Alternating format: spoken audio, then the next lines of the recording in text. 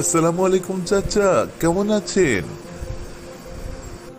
ওয়ালাইকুম আসসালাম ভাতিজা। কেমন আছো? কই যাও?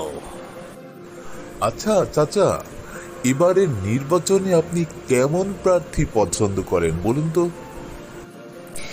এই ধরো, একজন সৎ, যোগ্য, দেশপ্রেমিক হবে এমন যোগ্য প্রার্থী আমি নির্বাচন করব, তাকেই ভোট দেব।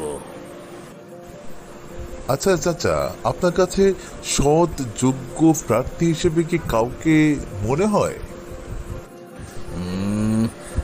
সৎ, যোগ্য বলতে আমার মনে হচ্ছে জামাত ইসলামকেই সৎ এবং দেশপ্রেমিক হিসেবে ভাবা যায়।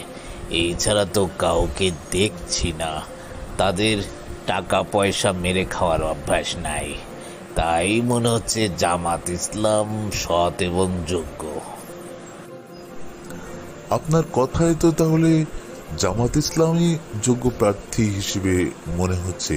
তাহলে কি আপনি জামাত ইসলামকেই ভোট দিবেন? না, না, না, না, না, না, জামাত ইসলামকে ভোট দেওয়া যাবে না। সে তো রাজাকার, আল বদর, আসামস ৭১-এর ঘাতক। তাদেরকে ভোট দেওয়া যাবে না। এ কি কথা চাচা? একটু আগে না আপনি জামাত ইসলামকে যোগ্য প্রার্থী হিসেবে সার্টিফিকেট দিয়ে দিলেন, আর এখন বলছেন ভোট দেওয়া যাবে না।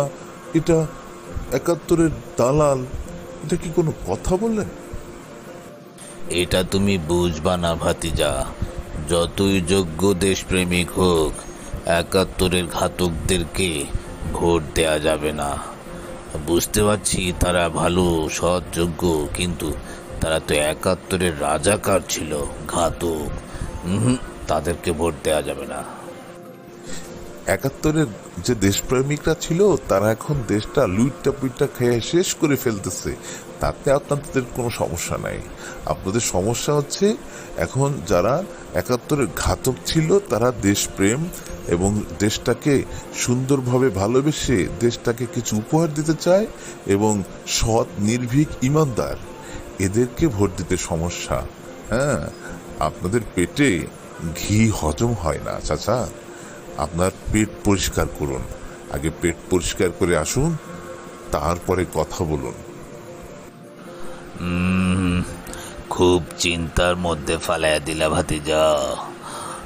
তুমি যে কথাগুলো বললা, আসলে কথাগুলো খারাপ না। খুব টেনশনের মধ্যে